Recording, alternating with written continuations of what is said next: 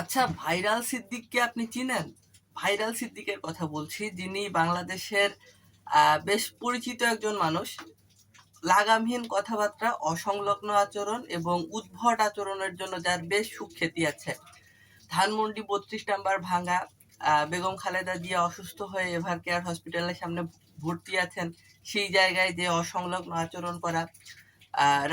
বাংলাদেশের জাতীয় ইস্যুতে, রাজনৈতিক বিভিন্ন ইস্যুতে সব সময় বক্তব্য বিবৃতি যিনি দেন, যিনি অসংলগ্ন আচরণ করেন, আবোল তাবোল বলেন এবং এই বিষয়গুলো নিয়ে সামাজিক যোগাযোগ মাধ্যমগুলোতে ফানি ভিডিও, হাস্যরসাত্মক ভিডিও তৈরি হয়, মিম তৈরি হয়।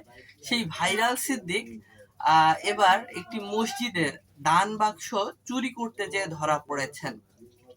বাংলা ট্রিবিউন থেকে রিপোর্টটি বলছি আমি। বাংলা ট্রিবিউন এতটুকু নিশ্চিত হয়েছে যে ভাইরাল সিদ্দিক, তার সঙ্গে একটি মোটরসাইকেল ছিল এবং সে একটি মসজিদের এতিমখানার এবং লিল্লাহ বোটিং এর দান বাক্স চুরি করেছিল। করার পরে সেটি তার সেই দান বাক্সটি সে তার নিজের নিয়ন্ত্রণে নেয়। এরপরে সেটি থেকে কিছু টাকা সে নিয়েছিল।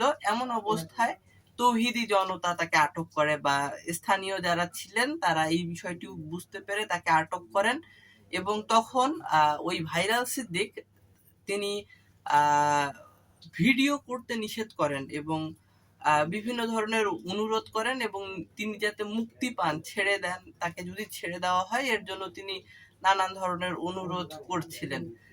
ভাইরাল সিদ্দিক নিজেকে একটি রাজনৈতিক দলের প্রধান বলেও মাঝে মধ্যে পরিচয় দেন, মাঝে মধ্যে নিজেকে প্রধানমন্ত্রী দাবি করেন অথবা রাষ্ট্রপতি পদ প্রার্থী দাবি করেন। বাংলাদেশের রাজনীতি নিয়ে তিনি মন্তব্য করেন, বক্তব্য রাখেন এবং তার বক্তব্যগুলো লাগামহীন হয়, ভারসাম্যহীন হয়, অনেক ক্ষেত্রে অশ্লীল এবং কুরুচিপূর্ণ হয়। এবং তিনি ইসলামী লেবাসধারী, ইসলামী ব্যাকগ্রাউন্ড থেকে তার লেখাপড়া আছে বলে তিনি বিভিন্ন সময় দাবি করেন। এবং শেষ পর্যন্ত আজকে মসজিদের দান বাক্স চুরি করতে যেয়ে জনতার হাতে তিনি পাকড়াও হলেন এবং পাকড়াও হয়ে যেটি অনুরোধ করছিলেন ভিডিও না করার জন্য এবং তাকে ছেড়ে দেওয়ার জন্য।